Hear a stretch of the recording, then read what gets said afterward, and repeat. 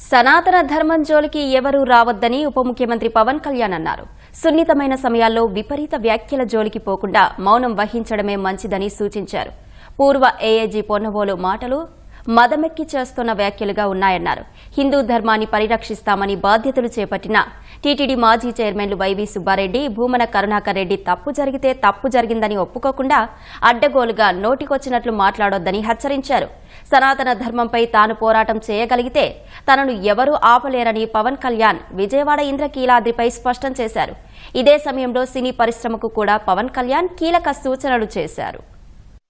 భూమన కరుణాకర్ రెడ్డి గారు మాట్లాడతాను. నేను వెళ్ళి హై డ్రామా రాజకీయ మనసు ఉన్న వాళ్ళు అత్యంత దారుణంగా ప్రవర్తిస్తున్నారు. లడ్డు కలుషితమైంది అంటున్నారు. కల్తీ నెయ్యితో తప్పు చేసి ఉంటే సర్వనాశనం అయిపోతాం, రక్తం కక్కుని చచ్చిపోతాం. మీ నాశనం మొదలైంది. రెండోది అది భగవంతుడికి వదిలేస్తున్నాం. వైవి సుబ్బారెడ్డి గారు విచారణకి రావాలంటే రికార్డులు ఆయనకి ఇవ్వాలంటే మీరు ప్రభుత్వంలో రికార్డులు మాకు ఇచ్చారా? మాకు మీరు కూడా విచారణకి సిద్ధంగా. అసలు ఈవో ధర్మారెడ్డి గారు తిరుమలని ఇష్టారాజ్యంగా చేశారు, ఇది వ్యాపార కేంద్రంగా చేశారు. ధర్మారెడ్డి గారు మీరు హిందువులా? మీ ఇష్టానికి మీరు చేసేసుకుంటారా? మీ బిడ్డ చనిపోయాడు, చనిపోయిన కనీసం 11 రోజులు లోపలికి రాకూడదు, ఈ లోపల వచ్చేస్తారా మీరు? మేము మర్చిపోయాం అనుకుంటున్నారా? అంటే గవర్నమెంట్ ఉద్యోగులు అయితే ఇష్టానికి చేసేసుకుంటారా? మాకు బాధలు ఉండవనుకుంటున్నారా? ఇదే మీరు ఒక ఇస్లాంకి చేస్తే అపచారం జరిగితే మీరు ఏం చేస్తారు? మీరు పొలిటికలైజ్ చేస్తారు. జగన్మోహన్ గారికి కూడా చెప్తున్నా, నేనే గనుక సనాతన ధర్మం మీద పోరాటం చేయాలని నన్ను ఆపేవాళ్ళు ఎవరు లేరు ఈ దేశంలో. గుర్తుపెట్టి, నేను గనుక సనాతన ధర్మం కోసం నేను పోరాటం చేస్తే చచ్చిపోవడానికి సిద్ధం. నేను కానీ నేను అక్కడ దాకా తీసుకెళ్లిన విషయాలు దానికి నిదర్శనమే. రాముల వారి విగ్రహం శిరిచ్ఛేదం జరిగినప్పుడు ఒక మాట మాట్లాడకుండా చెప్పి కూర్చున్నాను. ఆ తెలివితేటలు లేక మీ ప్రభుత్వాన్ని కిందకి తీసుకొచ్చి అధాపాతాలను తొక్కిన మాకు శక్తి లేదనుకుంటున్నావా? ఉండవనుకుంటున్నావా? కానీ మేము సమాజాన్ని కలిపి ఉంచాలని వ్యక్తులం తప్ప విడగొట్టాలని వ్యక్తులం కాదు. మేము ఈయన పొన్నవోలు సుధాకర్ రెడ్డి గారు మాట్లాడేది పంది కొవ్వు చాలా ఖరీదైంది, ఆ కొవ్వు లడ్డు నెయ్యితో ఎలా కలుపుతారు? నెయ్యి 300 రూపాయలు ఉంటే పంది కొవ్వు 1200 రూపాయలు. బంగారంతో రాగి కలుపుతారా? ఇత్తడిలో పుత్తడి కలపరు. చెంబు తయారులో ఎవరైనా బంగారం కలుపుతారా? మదం ఎక్కిన మాటలు పొన్నవోలు సుధాకర్ రెడ్డి గారు. మదం ఎక్కి వస్తే ఇట్లాంటి మాటలే వస్తాయి.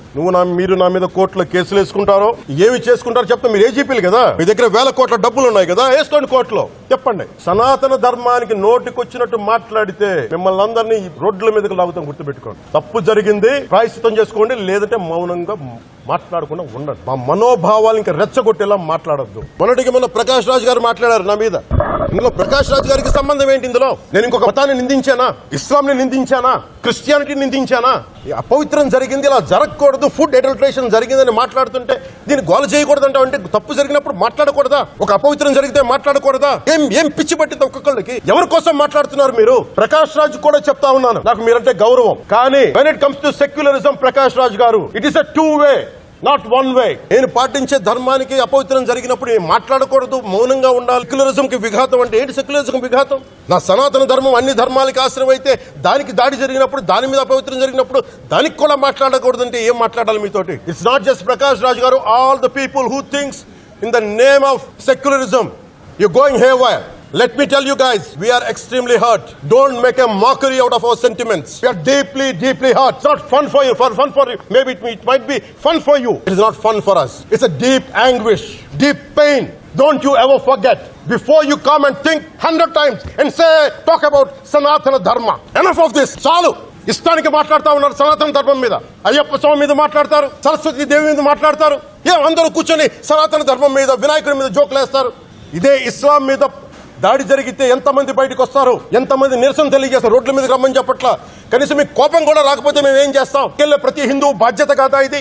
ప్రజలందరికీ కూడా చెప్తున్నా, ఎవరు అన్ని మతాలను మేము గౌరవించేది ఈ నేల. మీరు ఏ పార్టీలకు సంబంధించిన వైసీపీలో ఉన్న హిందువులందరూ ఏం చేస్తున్నారు? మీరందరూ పోటీ పడ్డారు కదా తిరుమలకి వెళ్ళడానికి. మీరు మర్చిపోయారు, ఇందులో ఈ పాపం మీకు కూడా వస్తుంది, ఈ పాపం మీకు కూడా తగులుద్ది. మీ మౌనం కూడా జాగ్రత్త.